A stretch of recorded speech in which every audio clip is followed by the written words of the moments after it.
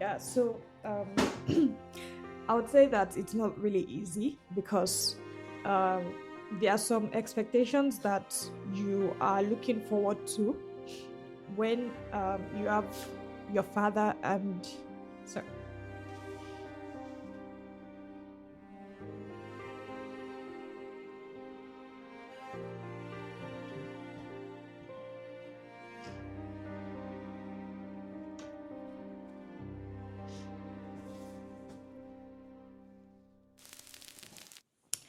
I lost my dad when I was 3 years old, and this was 20 years ago. Yeah, today makes it 20 years since my dad's demise. It happened when they went for a function for one of our church members outside Lagos, Nigeria. They had this accident, and this particular day was my mom's graduation. They had minister's wife's graduation in the church. We were waiting for my dad to come back for us to, celebrate with my mom. We had this photo shoot. We planned on having a photo shoot, just to celebrate that day. But my mom tried calling my dad. His phone was not going through. And my mom just decided that we should take this picture, and maybe when he gets back, we would all take the picture together, not knowing that something already happened. Before we go into all the story, my name is Sam. My name is Yemi. And we are Faf Tribe. We are a young migrant couple in the United Kingdom. We share about our life journey so far. We got married in our early 20s, on the unusual journey that led to that, and the journey that we are embarking on as a couple. We share everything to make young people make the right choices as they grow, as they develop, and as they trust God for life and godliness. Today, my wife wants to reflect. I want to reflect together how that growing up without a dad has actually influenced her, how that it affected some parts of our marriage, positively and negatively, how that she's been learning, and what that journey was like for them as a family. Because I just felt like it was necessary to reflect, because sometimes when we don't reflect, we don't appreciate our journey. All right. So you'll be hearing more from her. So give us a bit of background to what happened that day. Okay. So first off, my dad was a pastor. Yeah. He pastors a church. They're in the apostolic church. So on that day, that was on the 8th of April 2005. Yeah, I was 3 at that time. Yeah, I was going to clock 4 on the 25th. So my dad went for a function with one of our church members. There were other members too that traveled with them. They went for a function outside Lagos in Nigeria. And that same day, my mom had a graduation ceremony in the church. As a minister's wife, they had this graduation ceremony for them. So they did that, but we were at home. So we were waiting for our mom and our dad. So my mom came back. We planned on having a photo shoot just to celebrate that day. But my dad was not back at that time. So we were expecting him. And, because time was going, we figured that the photographer and everything, we might not be able to take that family shoot at that time. So my mom decided that we should take that photo shoot without my dad, that when he gets back, we would then take another picture. We would display the picture afterwards. So, it was afterwards that my mom tried calling my dad. His number was ringing, but no one was picking. Nobody was picking up. But at that time, the whole thing already happened. So on their way, that's for my dad, on their way back from the function, the bus they took there had fault. It was faulty. So they were trying to push the bus off the road. Yeah. And it was during that time that I think a trailer ran into them, and then the accident happened. So it didn't make it. Yeah, some people got injured, but he didn't make it. So we were expecting our dad to get back. We didn't hear anything. So it was after the next day that they informed my mom, but we were not aware because we already went to church. So they already took my mom to my auntie's place to, just keep her there, just to console her and everything. So they came to our church to pick myself and my siblings up to go meet our mom. So it was when we got there that I was only 3, so I didn't really understand what was happening. I saw my mom was crying, and she just hugged we, our children. She was like, your dad is dead, this and that. So we were there, and She said it in the in local, Yoruba. the Yeah, she local said, language. Baba Intikuo. She was crying, everybody was crying. Me, I was a child, everybody was crying. I have to follow them.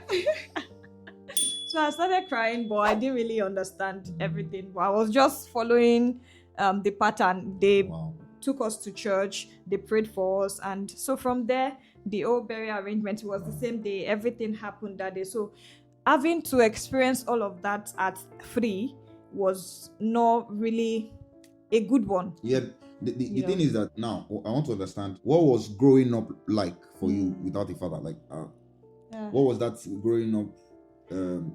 How did you first realize? When was the age you realized that, oh, I don't have a dad? Yeah. And then what was growing up like for you without a dad? Okay, so I can't really remember when the whole reality dawned on me that Because it cannot be 3. It cannot be that age. No. At that time, I was still joking around, still playing around. So because I had my mom and my siblings. But to think of this, I still had an experience. I still had an experience with my dad, even after he died.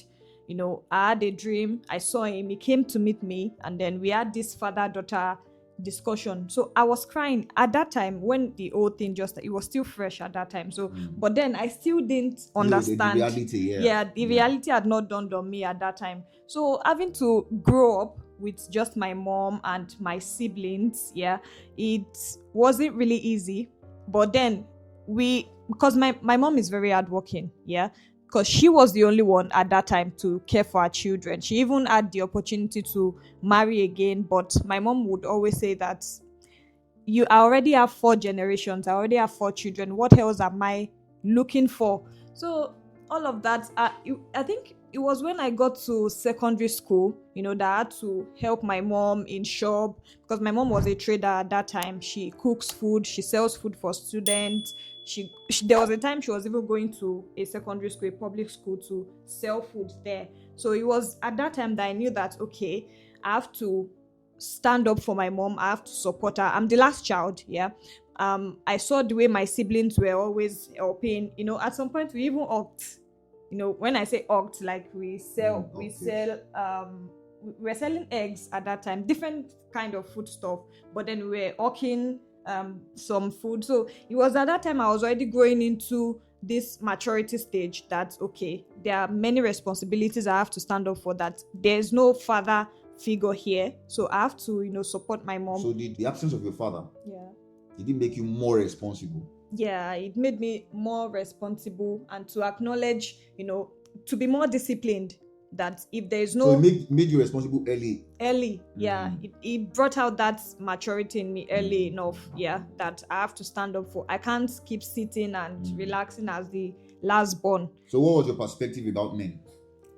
For that, growing up, like, if you can reflect, what was your perspective about men growing up? What was, because the absence of a father, so how did you always see men? I see men as strangers, to be honest, because there was no father there. The only person I had was my brother, but he was also young, well. And my uncle, so, but having to stay with someone in the house, as a father, I didn't experience it. So I always see fathers, especially when I go to people's house and I see the complete family, I see the father, I see the way the father will sit down and, those settings and standard. It's always strange to me. So I try to avoid them. I try to avoid the fathers. I relate well with the children, the mother, and but for the fathers, I didn't really have that close relationship with the men, with a male figure, with the male figures. I didn't really have that experience with them. How did it affect your dating psychology? For that, because you never had, I've heard about your sister Tolu. She is always of the fact that she's always saying that I did not enjoy my father, I must enjoy my partner. You understand? So that's a psychology. Yeah. That's okay. So it's that psychology defines our relationships. You understand? Yeah, So what was the psychology? Were you just like, well, I've lost my father, I can date whatever? So what was it like? Yeah, so for that, my exposure to messages, to knowledge about how a good home can be also helped. It helped me to know how a good family can look like, how a good home can look like, with a father, a complete family, father, mother, and the children. So from the start, I know my family as everyone has a good family, but then we have we know how we are able to manage ourselves individually and as a family. I saw that I don't have a father, but I'm a responsible person, and I know that there is a future ahead of me. I know what God has in store for me. So I can't marry with the knowledge I've had personally. I can't go for someone who is not responsible. I can't go for someone who is unable to stand in that gap as a father to me. Because as a husband, we have to look up to you as our husband, our partner, and also as a father figure, because it's more like you are the head. So all through your life, what you are saying is that you have always seen any person that you want to date. You have always seen the person that, okay, this person is going to be in the place of a father, a partner, a friend.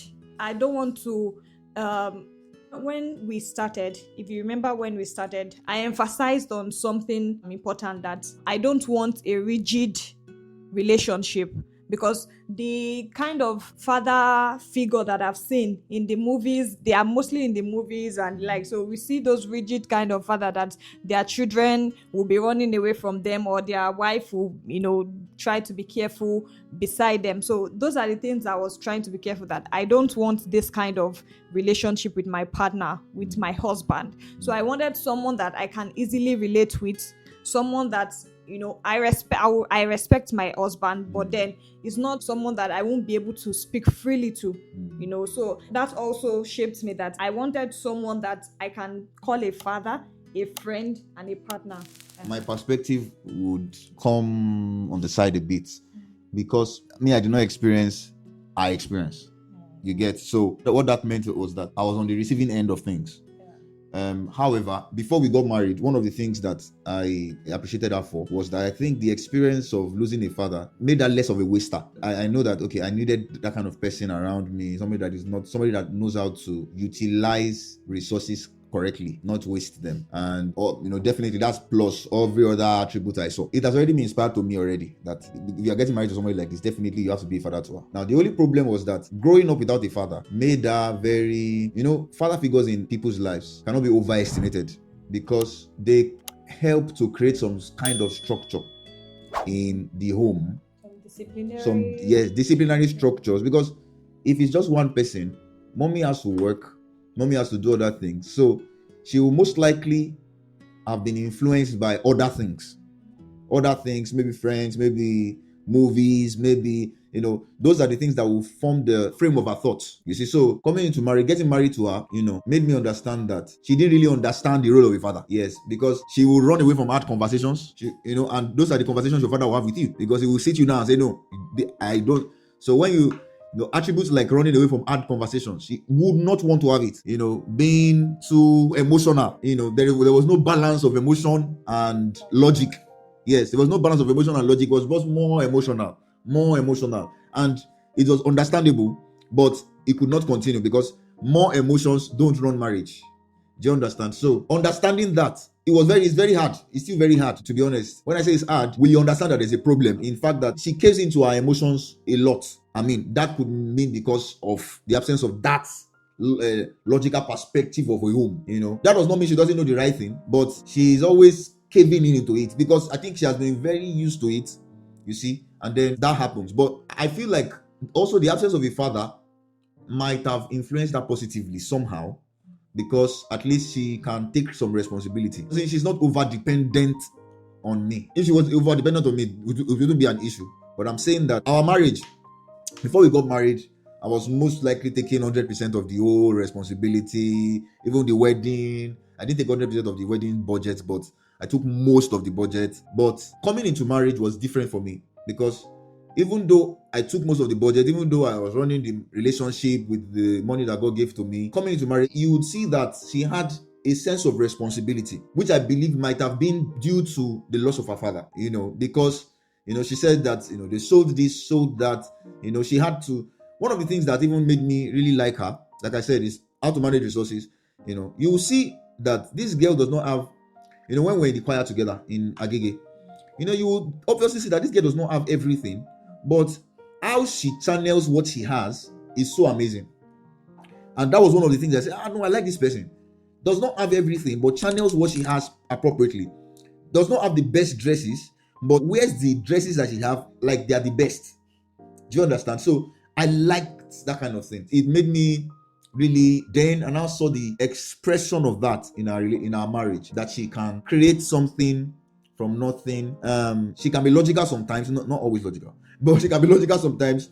But she's not somebody that likes to be pitied. She's still recovering from a particular sickness. She's weak. She's not sick like that. She's just weak, because of too much stress. So I had to sit down to ask her, because I didn't know what was going on, and she said that she's been weak for a long time, but she's been taking up responsibility so that I will not pity her, so that I will not think that she doesn't want to do something. And I felt like that was a mentality because of how she grew. Personally, I just felt like I did not figure it out in that instance. I was like, what's she saying? I don't want to pity you. What do you mean? You don't want me to pity you?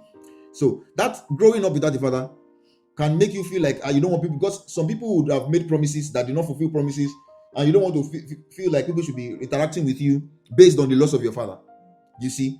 So tell us how God used that absence to make you a better person, because I believe that in every bad story, God is working out a good in it. So how God used that loss, 20 years now is not a small time. So how God used that loss to shape you, not just you, to shape your family and to shape our marriage. So briefly. He said briefly, because I can start story now. When I hear so like this, my God. Okay, so how it has helped me so far, I would say that it helped me from a very young age acknowledge God as my father early enough, and it has helped my life spiritually. It has helped me to acknowledge God, to see him as that father figure, that even though there was no one I could really, reach out to intimately, just like now, for example, maybe I'm not feeling well, or I'm in some kind of mood, and I needed to just go directly to my dad and just talk to him that, Daddy, I'm not feeling good, I'm not. That person was not there. So I acknowledged God that, okay, he is there, he's our father, so he's ever present, so we can always reach out to him directly, anytime, any day. So it helped me. It also helped me to be content.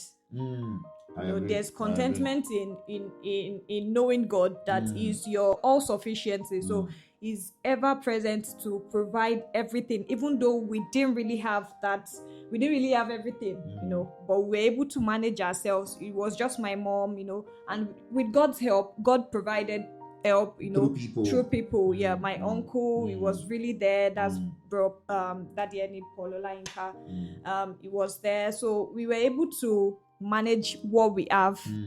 Just like my husband said that the clothes I have, I was broke. You will not know, but you will know. I was broke.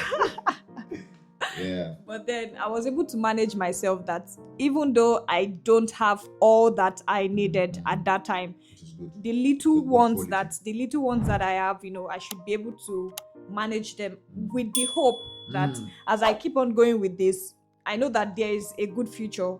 There is something good ahead. That God has in store for us.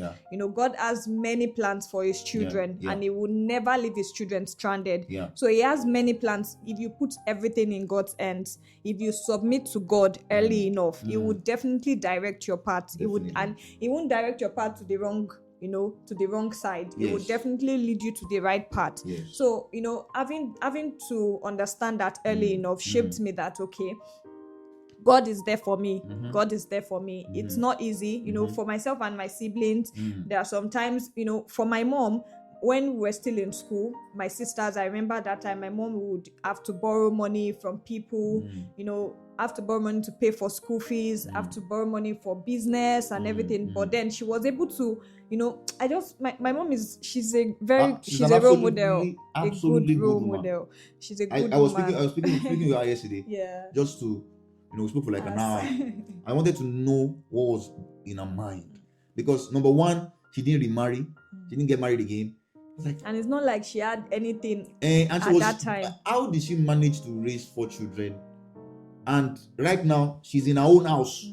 So I'm thinking, you know, I'm trying to think, because this kind of people can be, you know, currently now you go to social media and say, no, I'm not saying that it's bad to go to. I'm saying that what was in her mind? She was thinking about determination, that she had that determination. She was saying that repeatedly, you know, because how do you go from 13? She spent 13 years with her husband, and then 20 years after, that's like 33 years. 13 with the husband, 20 without, and raise children that are godly. And so it's, I'm still thinking, you know, she was speaking about her mom. Her mom is an absolute example of a good woman. You know, she's hardworking. She didn't just leave her children. Now we are begging her to sit down. To rest. Please rest, please. She wants to, you know, she wants to be there for people as well. You know, I mean, till now, at least, for example, she has a house, you know, of her own and everything. So she's not this paying is rent. the time that she should rest and relax. Okay, I've tried my best. This woman no grill. No, she's still trying her up and best to. She's still up and doing, just like you said. So that has really shaped us also, you know, to understand that in life we will definitely go through phases. We'll definitely go through things that would want to shape us, reshape us. But we should always walk through that part of righteousness. You know, that part of trusting God, that He will lead and guide us through that steps. And also, it has in marriage here, it has helped me to understand that even though I didn't experience that complete family structure, it can be done in my own marriage. It can be done in my home, you know. And by doing that, what we've been able to do to go through these steps is by, you know, the knowledge that we've gained through exposure, through messages, you know, online. Not all messages online are right, but by the help of the Holy Spirit, by the word of God, and by prayer, you know, we'll be able to sieve out the things that are right. It's not like we are all perfect, you know. It's not like we can know everything at once, but then as we keep experiencing it, we know how to manage ourselves, especially in our home here. Because there's some, just like you said, one of the mindset I grew up with was that I want someone that would stand as a father figure, you know. But then I can't put all of those expectations on my partner that by force, by fire, you have to be my father. You know, it's another angle. I'm not thinking of it now like this, that you may want somebody to be a father and then not know what to expect from a father. You get, so I want you to be my father, but I don't want you to be like this. You get, so you're like, no, that's not what I'm talking about. So having to balance it, that and acknowledge that is also a young person. I mean, he also has few years of experience. He has not fathered before.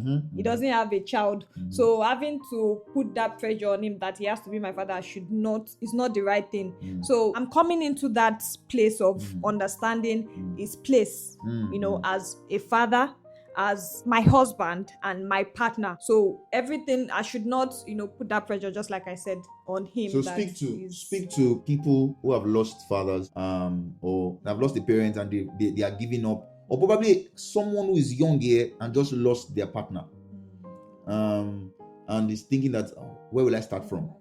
Because you have experienced firsthand with your father. So you can just speak to them from your heart. So first off,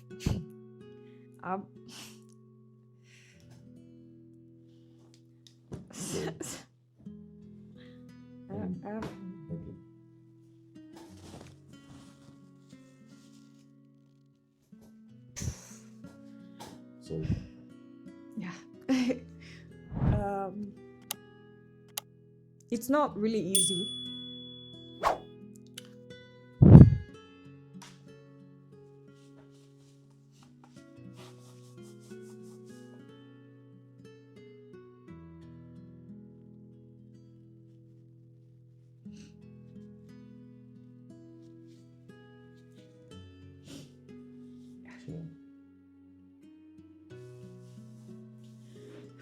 Yeah, so I would say that it's not really easy because there are some expectations that you are looking forward to when you have your father and so.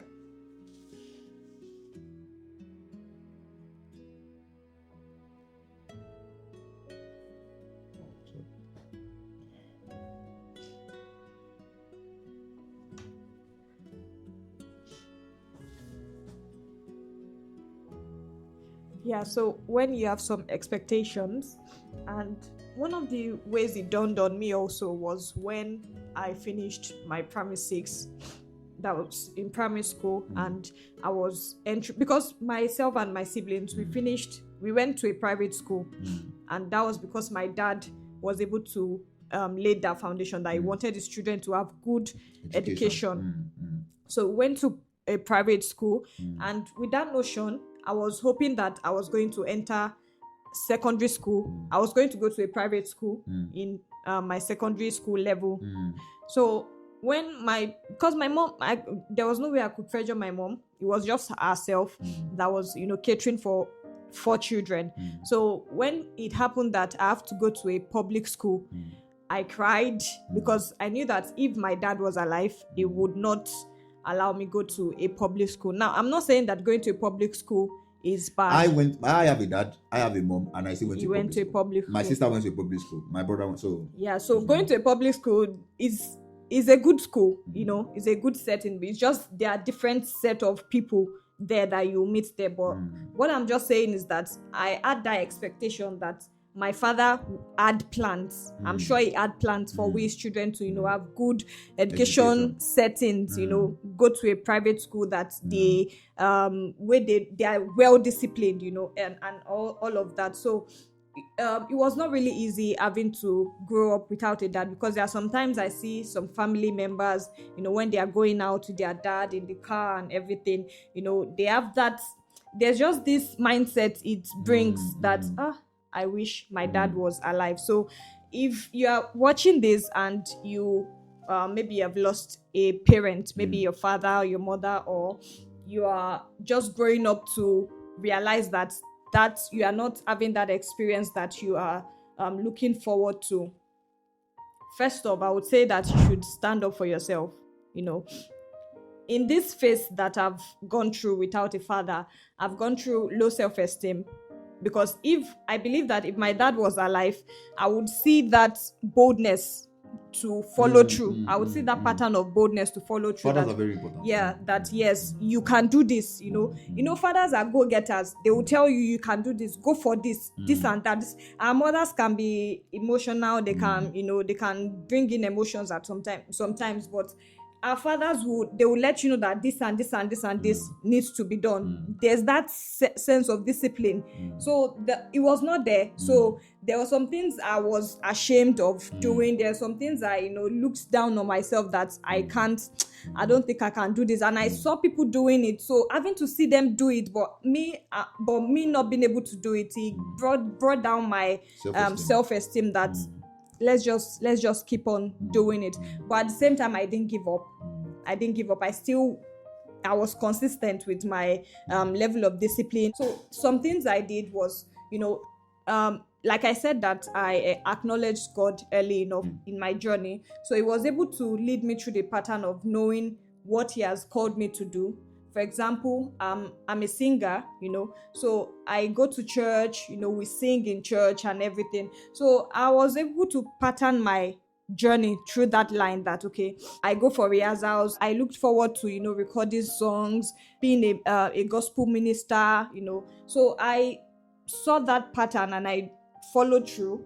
For example, I joined the band, the Jehoshaphat Squad. It was formerly called the Jehoshaphat Squad and now called the Because Flare Ministry. So, number one, you would speak to the person, know the Lord. Know the Lord, yeah. Number two, you will say, find your purpose. Yeah. Because, know the Lord will help you know what you can do. Will help you define your purpose. Because if you don't have a purpose, self-esteem will still continue to be an issue. Yeah, right? Because So, I saw that pattern that God kept me going, that you can do it. Exactly. So with a purpose, you have something to pursue. Yeah. This is, I'm just trying to summarize. Now, 3, you said you joined a community. Yeah. Now, that community was a healthy one, because at least it brought out the best in you. So means that you don't need to spend too much time alone in your own small bubble. If you are in that situation, don't spend time alone in your bubble. Get into healthy communities so that you can know what's going on. Because you will meet up with mixed people. In the community we grew up, that's the environment we grew up rather, it was not a healthy environment, because there were RAS people, there were people that were not going, they are not even there to help you grow in the right aspect. You see people, doing all sort of things that are not moral, doing immoral things, so this, but because I already knew God, knew the right things to do, knew that these things and this is the right thing to do, this is not the right thing to do. I was able to shape my mind towards doing the right thing. It has to be intentional, because you will definitely get those distractions. You'll be distracted to want to give up that. Well, I don't have a father. Anyhow it goes. Let's just do it anyhow. So remain focused as well. Be focused. Yes, remain focused. So speak to now I've spoken to a child that lost it. Now speak to a woman that lost her husband, or a man that lost his wife. Okay, so it comes just like my mom said from your yesterday. Mom's experience. Just like my mom said when he had a call with her yesterday. She said determination, because not everyone can go through that pain of doing things alone. First off, I would say from my mom's experience, she's hardworking. Yeah, so I would say that you should not you should know what is best for you. You should know what is best for you and tailor yourself. If you know that you are able to go through that phase alone, then you should follow through with it. It won't be easy, it won't come easy, because I saw what my mom did. She have to wake up early in the morning. She have to wake up by 4 o'clock, because I said she was selling food for students. So she would wake up very early in the morning with my siblings, my older sisters, and my brother. They will wake up, have to cook, they will sell food in the morning, go to school to sell food, come back in the evening and still open shop. They will go to the market, do all of that. So it was not really easy. So it won't be easy if you know that you want to go through that phase. But one thing I would say is acknowledge God as your partner. Acknowledge is the one that can hold you. And another thing, don't rely on men. Don't rely. In as much as God will use men for you, don't put your hope in men. Put your hope in God. Put your hope in God, that is the one that he has seen you. It's not your fault that you've entered that position. You are in that position that you are in. It's not your fault. So what you need to do is put it in God's and let him know your heart's cry. Let him know your desires, that he should be able to help you, So just like I said, put your hope in God. Yeah. So from speaking with mommy yesterday, one of the things that she emphasized, so because it wasn't like she didn't want to remarry. So it was just the situation, because she already had 4 kids and she was thinking that how would I manage them. So she prioritized her kids. So if you are in a situation like that and you don't have too many kids, Apostle Paul advised that person should remarry, get married again, especially if you cannot possess your vessel, because it will be better to get married again than sleep around. Her mother was able to possess her own vessel and remain single, just to focus on the children for 20 years. Very difficult. But if you are in that kind of situation and you cannot possess your vessel, it's not an issue if you cannot possess your vessel, because so if you are that kind of, get married again to somebody who is in the will of God. But like she has said, don't put your focus on man will fail. Always, since the days of Jesus Christ, men have been failing. So put your hope. I think that their family members, their loved ones, don't do that. Because to be very honest, they also have their own issues. So even if they want to prioritize you, they will prioritize you after them first.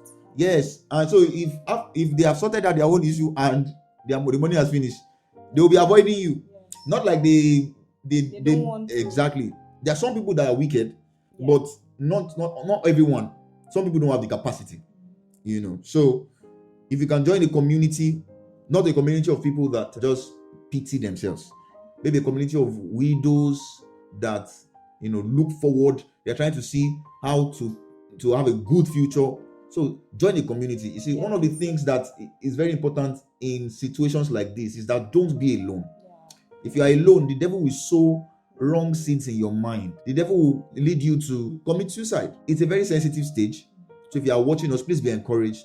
It's emotional, it's difficult, because when mommy she was just giving thanks to God all the way. Thanks to God, thanks to God, thanks to God. So it's a difficult phase, but we thank God for the life of Yemi and her siblings and mom, for how God has held them together these 20 years. Yemi is a proof that God can do great things with people from the lowest of the lows. Yes, because as a last born of a deceased father, you expect that this person is going to be crazy, wayward, because there's no structural growth.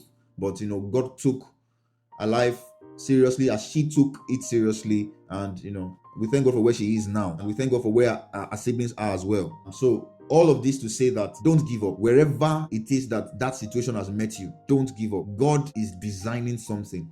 The fact that you don't know all the story does not mean that there is no good part of the story. The fact that you don't see the beautiful part does not mean it doesn't exist. All right, so just keep pushing, keep pressing, and we pray that God will give you the great consolation that you need in the name of Jesus.